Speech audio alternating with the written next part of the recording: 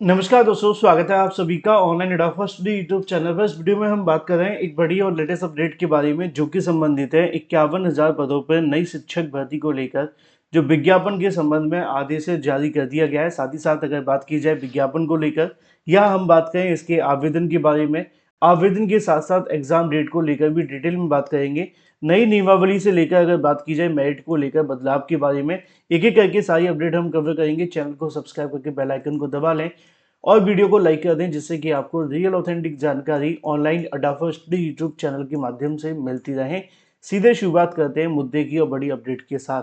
देखो, सबसे बड़ी अपडेट ये है कि पहले तो आप सभी के लिए खुशखबरी है, क्योंकि इतने बड़े पदों पर भर्ती को लेकर जानकारी आप सभी के लिए जारी की गई है।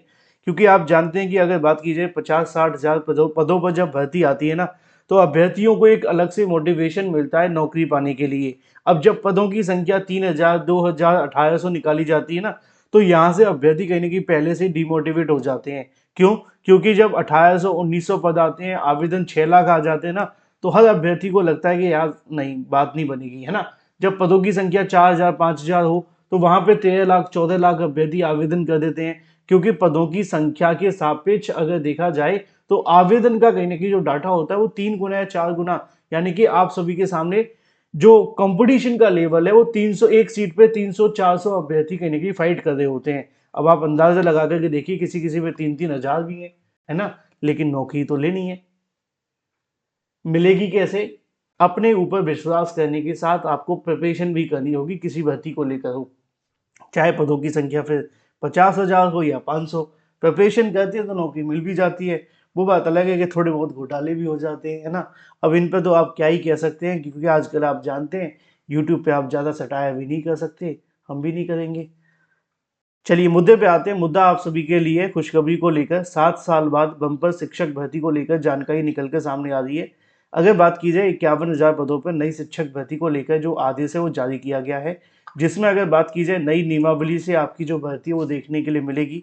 मेरिट को लेकर भी यहाँ पे कुछ बदलाव किए गए। इसके अलावा अगर बात की जाए आवेदन के बारे में, एग्जाम डेट को लेकर, ये सबसे महत्वपूर्ण है और इसी के बारे में मैं आपको जानकारी यहाँ पर दे देता हूँ।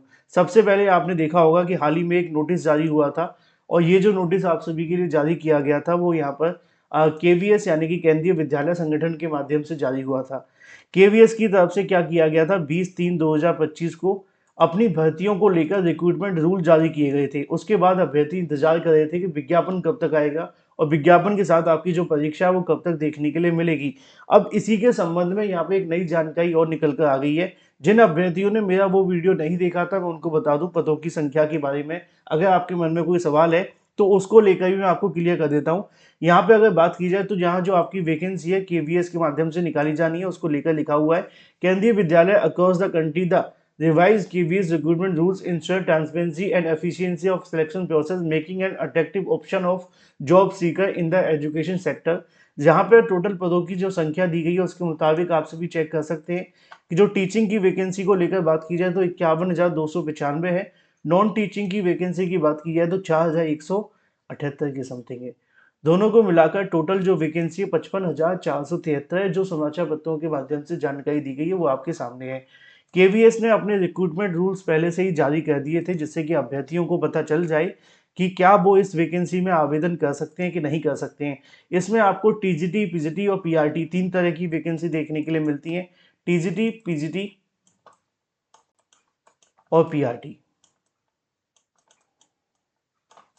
इन तीनों के लिए आप सभी आवेदन करने के संबंधित जो योग्यता है वो कैसे पता करेंगे, वो इसी नोटिफिकेशन के लास्ट में दी गई है, आपको यहाँ पे मिल जाएगा। पहले अगर बात की जाए तो आपने नोटिफिकेशन डाउनलोड कर लेना है। अगर आपको नहीं मिला है तो टेलीग्राम चैनल ज्वाइन कर लेना है, वहाँ पे भिजवा दूंगा। वैसे आप योग्यता जानते हैं, मैं योग्यता इसलिए बता देता हूँ जिससे किसी अभ्यर्थी के मन में कोई सवाल ना रहे। टीजीटी की जब योग्यता की बात आती है तो ग्रेजुएशन प्लस बीएड होनी चाहिए। पीजीटी की योग्यता की बात आती है तो पोस्ट ग्रेजुएट प्लस आपके पास जो बीएड है वो होनी चाहिए। यहाँ पे आपकी जो सैलरी वगैरह है वो भी दी गई है। पीआरटी की बात आती है तो बीटीसी, डीएलएड, जेबीटी, ईटीटी वाले अभ्यर्थी आवेदन कर सकेंगे जो बीटीसी डीएलएड है। बाकी पीआरटी में बीएड नहीं है, ये बात कंफर्म है, आप जानते हैं, बताने की मुझे आवश्यकता नहीं है। तो ये योग्यताओं को लेकर उन्होंने पहले से ही जानकारी दे दी थी। एज लिमिट के बारे में भी बता दिया गया था। मैं इसको, आप सोचे होंगे पढ़ के क्यों नहीं बता रहा हूँ, अगर आप पहले इस वीडियो को नहीं देखें तो मैं इसलिए नहीं बता रहा हूँ क्योंकि मैं पहले बता चुका हूँ, बहुत सारे अभ्यर्थी दोबारा देख रहे होंगे।